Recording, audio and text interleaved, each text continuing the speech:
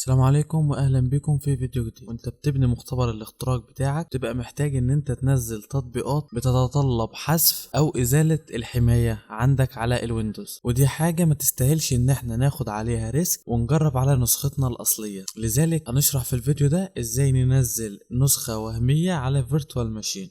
تمام، يلا بينا.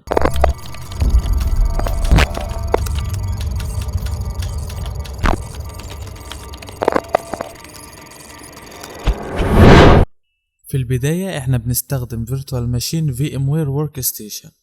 عشان تنزله هنروح على جوجل ونكتب في ام وير وبعدين على اول رابط وننزل تحت ونعمل له داونلود فور ويندوز. تمام، انا محمله عندي فهلغي التحميل ده. تاني حاجة وهي نسخة الويندوز 10 اللي احنا هنستخدمها، فانا هسيب لكم الرابط ده في صندوق الوصف. رابط ويندوز 10 اللي هي النسخة الايزو، هندخل على الرابط هيجيب لنا النسخة بالشكل ده. اول ما بنعمل داونلود ناو بتبدأ النسخة تنزل لنا على هيئة تحديث تقريبا 3-4-5 ميجا، لكن احنا عايزين النسخة الايزو الكاملة اللي هي من 5 ل6 جيجا، 6 جيجا تقريبا. طيب عشان تنزلها كده ما لقيتلهاش الا حل واحد، وده اللي انا جربته واشتغل معايا، وهو ان انا ادخل انزلها من على الموبايل التليفون. نفتح اللينك عادي من على التليفون ونبدأ نعمل داونلود ونختار اللغة بتاع النسخة وتبدأ تنزل معانا بكل سهولة. ولما نيجي ننزلها هتكون على الشكل ده ومساحتها 6 جيجا تقريبا إلا 3 ميجا يعني. هنيجي بقى لتاني حاجة وطريقة التثبيت أو الانستوليشن. نستخدم في ام وير وبعدين نيجي على create a new virtual machine وبعدين next.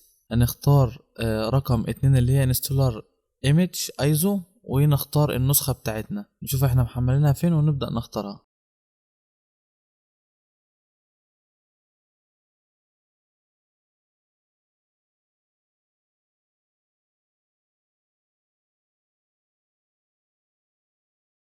open ثم next.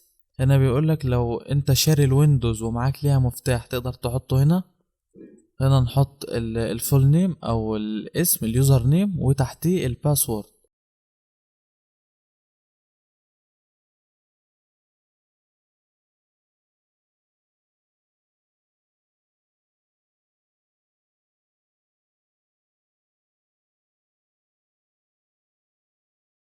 وبعدين اوكي نيكست. وهنا هنسمي النسخة ايه على الفيرتوال ماشين، انا اسميها ويندوز 10 برو.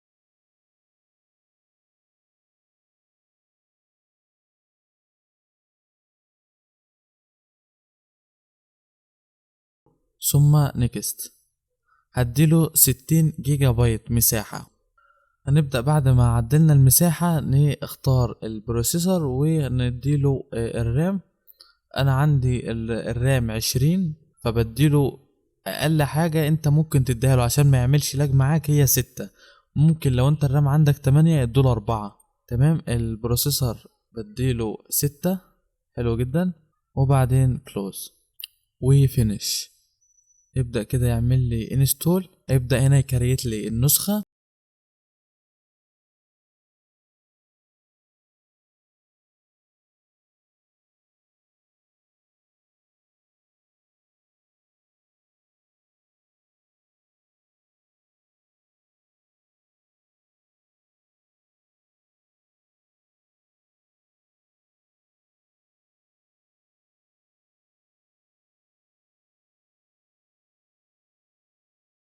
وبعد ما كريتت ابدأ ان انا ادوس عليها وافتحها.